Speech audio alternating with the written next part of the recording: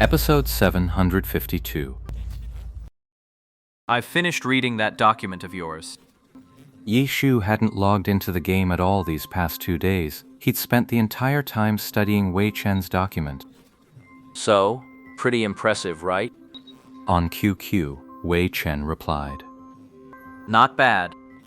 Yi Shu's praise was genuine. He knew better than anyone how grueling that kind of research was.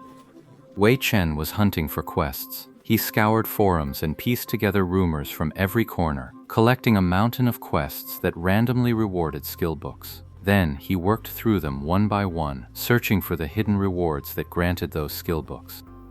As for quests, aside from a few daily ones, the vast majority were non-repeatable. Among Wei Chen's research findings, these non-repeatable quests also made up a considerable portion. What did this kind of research mean? It meant Wei Chen had used a huge number of accounts to test it, because each account only had one chance to try. And how did Wei Chen manage to get so many accounts to experiment with? Yi Shu didn't ask, but he could imagine how difficult it was to get that many accounts. Yi Shu couldn't help but feel a deep respect for this research.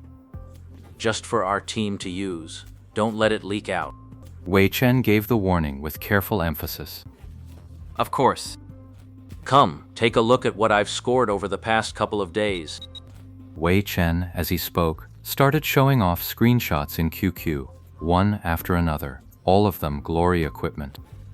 He'd been true to his word these past 2 days, leading his crew on a guerrilla campaign through the heavenly domain. Whenever they ran into players from the guilds that had ambushed them before, he didn't ask a single question, he just killed them on the spot. This kind of harassment wouldn't break the big guilds, but letting it drag on forever wasn't really an option either. The major guilds all formed manhunt squads, hunting Wei Chen and his crew across the map.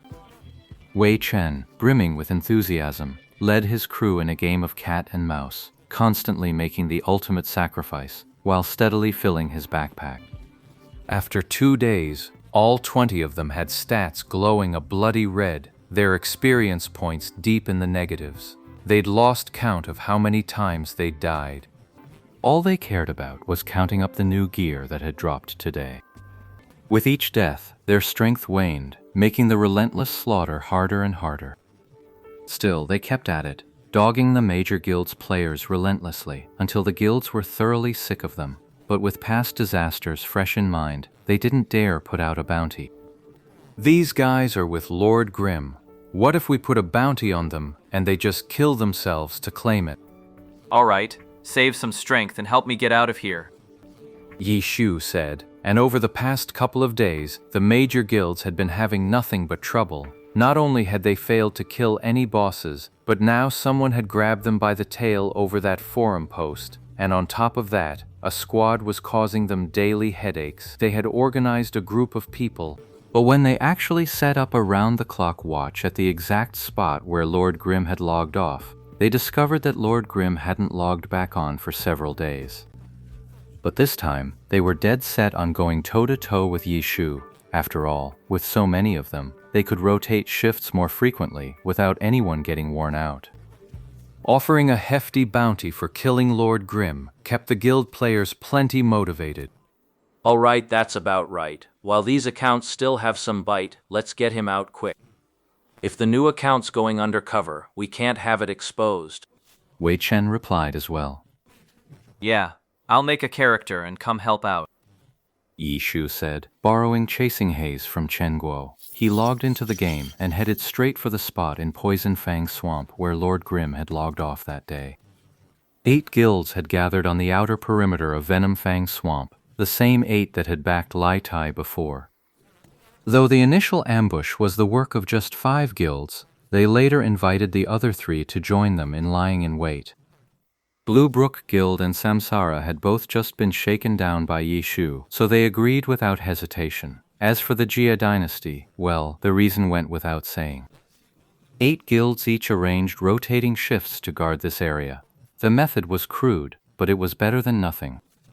A slippery top-tier opponent like that, even getting 1 kill on him was worth it.